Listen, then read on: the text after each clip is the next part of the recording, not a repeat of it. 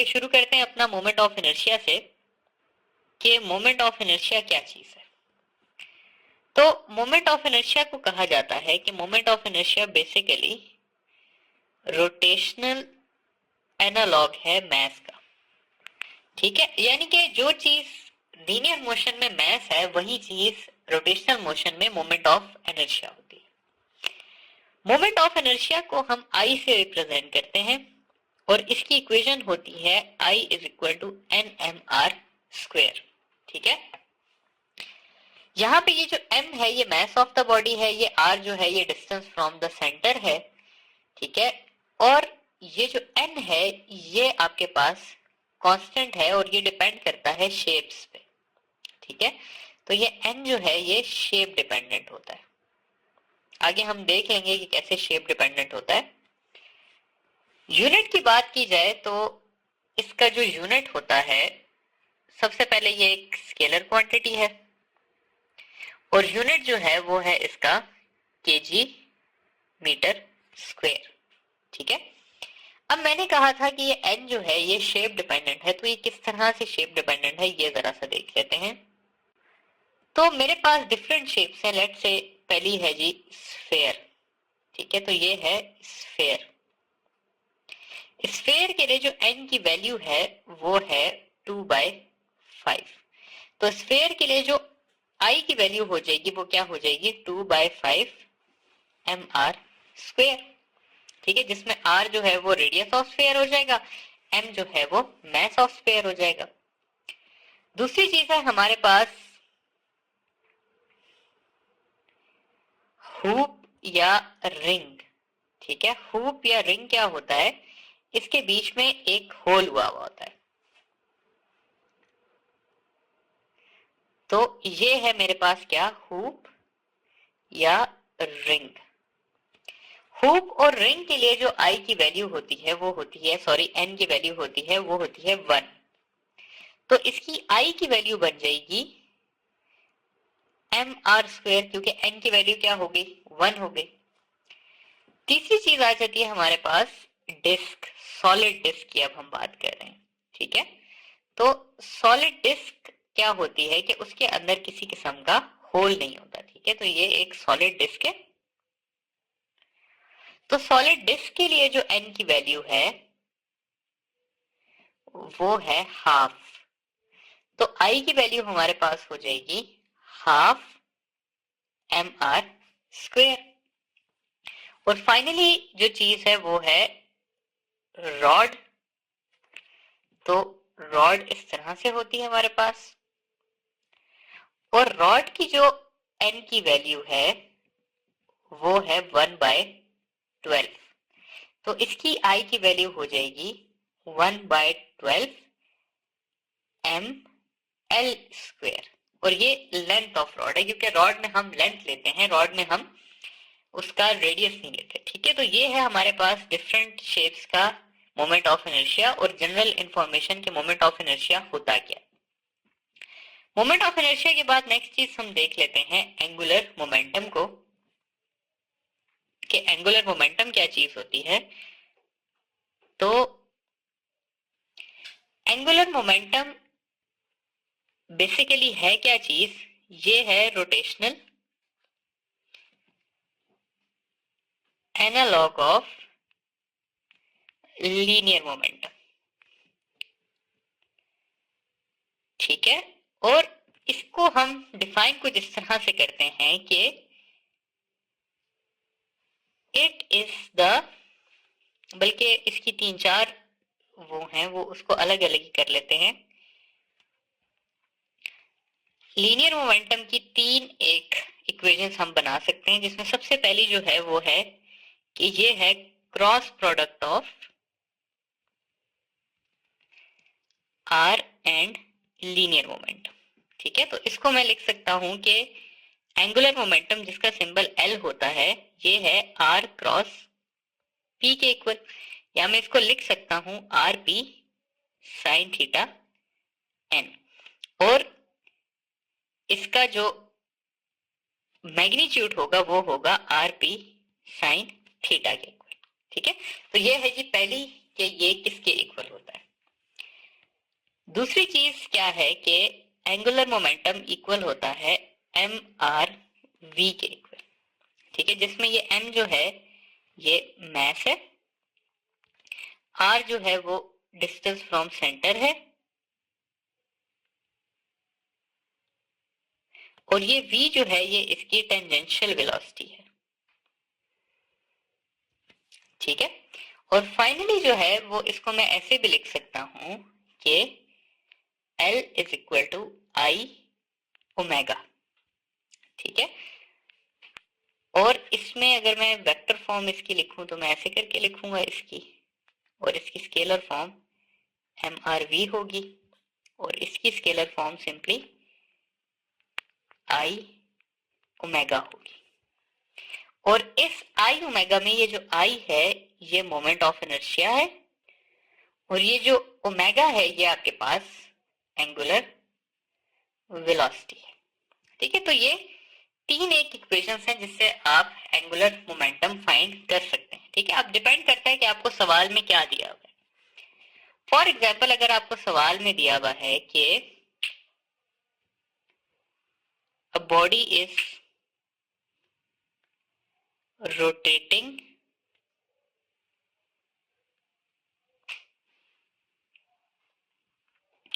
in a circle of radius 2 meter with momentum of 5 kg meter per second और find angular momentum, तो आपको ये वाली equation use करनी है। अगर आपको सवाल दिया हुआ है कि a body of mass 10 kg is rotating in a circle of radius 2 meter with 5 metre पर सेकेंड और L फाइंड कर लें, तो ये वाली इक्वेशन यूज करनी है। और अगर इस तरह से लिखा हो कि a body having I is equal to 5 kg meter square is rotating with omega of 2 revolution per minute और फाइंड कर लें L, तो ये वाली इक्वेशन यूज हो जाएगी। तो डिपेंड करता है कि आपके पास डेटा क्या दी हुई है और उस हिसाब से आप इसको सॉल्व कर लेते हैं। अच्छा, फर्दर अगर थोड़ी सी और इसकी बात की जाए तो एंगुलर मोमेंटम जो है वो एक वेक्टर क्वांटिटी है, और इसका जो यूनिट है SI वो है हमारे पास kg मीटर स्क्वायर पर सेकेंड या फिर जाउल सेकेंड। और इसका यूनिट याद रखिएगा स्टूडेंट, ये बार बार आपसे पूछा जाता है कि इसका यूनिट सिमिलर है टू प्लांक्स कांस्टेंट, ठीक है। तो प्लांक्स कांस्टेंट का और एंगुलर मोमेंटम का सेम यूनिट होता है, ठीक है। तो ये एंगुलर मोमेंटम के बारे में आपके पास जनरल सारी इंफॉर्मेशन आ गई। एंगुलर मोमेंटम के बाद थोड़ा सा हम law of conservation of angular momentum को भी देख लेते हैं। अच्छा जी, अब इसमें ये स्टूडेंट्स की ये सिमिलर है मोर और less law of conservation of linear momentum जैसा, लेकिन इसमें थोड़ी सी चीजें चेंजेस हैं, ठीक है। क्या क्या चेंजेस हैं कि वहां पे था in absence of external force, यहां पर है in absence of external torque.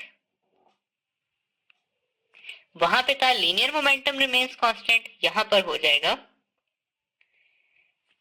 Angular momentum